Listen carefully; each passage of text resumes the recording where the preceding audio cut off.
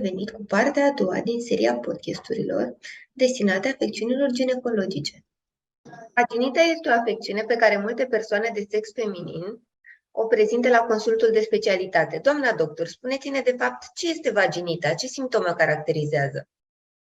Vaginita este o infecție a tractului genital care în ziua de astăzi este foarte frecventă și la care majoritatea pacientelor nu dau atenție. Într-adevăr, ea se caracterizează printr-o secreție care poate să fie modificată atât ca miros cât și ca culoare.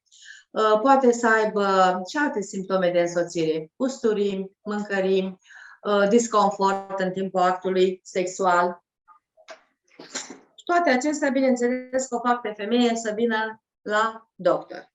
Și de aici începe tot periplul.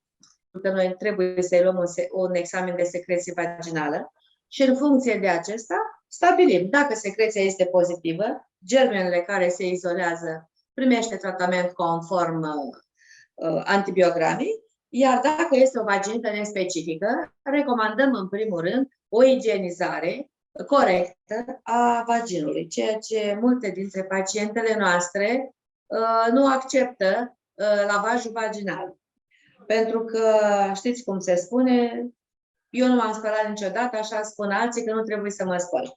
Eu parcă v-am spus și data trecută că acesta este un lucru care ne-a împărțit și pe noi medicii în două categorii. Unii care recomandă lavajul intravaginal și unii care nu recomandă.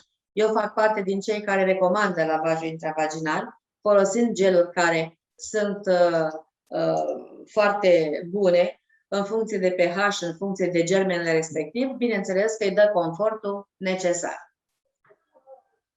Care sunt cauzele? Cauzele vaginitei?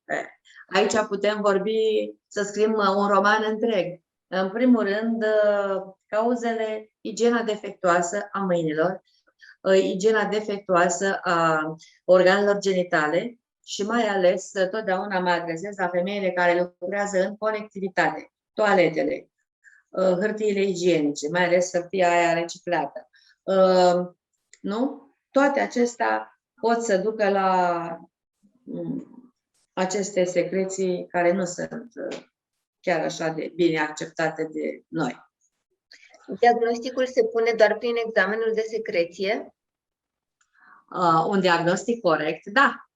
Pentru că ea vine, așa își spune și ea acasă diagnosticul. Am o scurgere, chiar așa spun. Am o scurgere, am o secreție care fie miroase, fie nu miroase, e abundentă, nu e abundentă și ți-o descrie foarte bine și ca aspect. Că e cu un aspect brânzos, că este verzuie, că este, știți, dar dacă vrei să fii corect și dacă vrei să faci un tratament iarăși corect, trebuie să faci un examen de secreție cu antibiogram. Care sunt complicațiile care pot să apară în lipsa unui tratament corespunzător? Da, în lipsa unui tratament corespunzător, acele secreții stagnante la nivelul vaginului, bineînțeles că afectează ca primă poartă colul, nu? O secreție care stă acolo și mai purtare și de obeuri și o igienă defectuoasă pot să ducă la apariția de cervicite. Apoi, mergem mai departe, cu un traiect ascendent, poate să meargă la trece bariera și ajunge la nivelul uterului, dând anexite, metroanexite, ajungând chiar până la cauză de sterilitate. De asta totdeauna cerem să facem în cadrul așa ziselor sterilități care nu sunt, bineînțeles, elucidate complet, clamidii, ureaplasma, să facem examenele pentru a le depista. Dar aceste vaginite care nu sunt corect tratate, la început par așa un lucru minor, dar știți cum se spun, lucrurile mici fac pe cele mari. Cum abordați dumneavoastră aceste afecțiuni? Ce tratament ar trebui urmat și dacă este necesar un tratament local sau pe cale generală? Păi, tratamentul începem cu vaginitele simple, vaginitele nespecifice, la care secreția nu izolează niciun germen, nu? Deci nu izolează. De obicei sunt candidoze, sunt vaginoze, Mai rar avem vaginite cu Klebsiella. În ultima perioadă chiar am văzut vaginite cu streptococc, mă rog, diverse.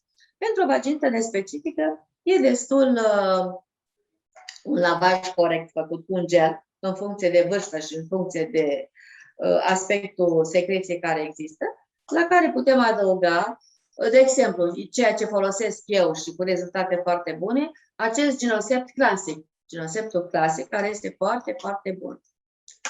O cură de 6 ovule care se introduc seara după lavaj, poate fi completat dimineața, pentru că folosindu-se în exces toate spumele astea antispermicide, toate latexul de la prezervative, chiar azi am avut o pacientă, vaginul este foarte uscat, femeia are un disconfort în timpul actului sexual și atunci dăm diverse creme care fac bine. Chiar Gynoseptul cremă, eu mai folosesc hiaginolul, mai folosesc ginotisolul, depinde de vârstă și de buzunarul fiecăruia la o adică. Da? Că dacă dăm un hialogin care e 60 de lei, femeia se refuză. Dar dacă îi dai un hiaginol care e 15 lei sau un ginotisol, ea ți-l acceptă. Considerați remediile naturale o alternativă viabilă de tratament? Se știe că plantele medicinale, propolisul, uleiurile esențiale au proprietăți antibacteriene, antifungice, antiinflamatoare. Absolut.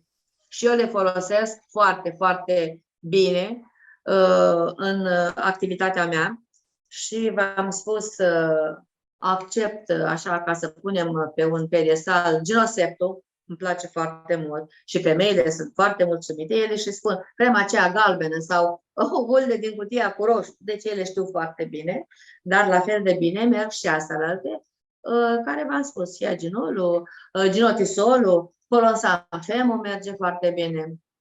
Conimed, adică eu v-am spus, sunt adepta acestor remedii naturiste care, chiar dacă unii nu le cred, eu văd prin rezultatele care le obțin. Gynosept ovule este un dispozitiv medical care are o compoziție complexă cu ingrediente 100% active, naturale și ne bucurăm că le recomandați. Spuneți-ne puțin dacă utilizarea îndelungată a anticoncepționalelor poate genera apariția leucoreei. Absolut, absolut. Și chiar am avut zilele trecute o surpriză mai puțin plăcută, niște contraceptive, știți cum spun eu, de pe vremea lui bunica, Regilidon, și chiar și o femeie tânără.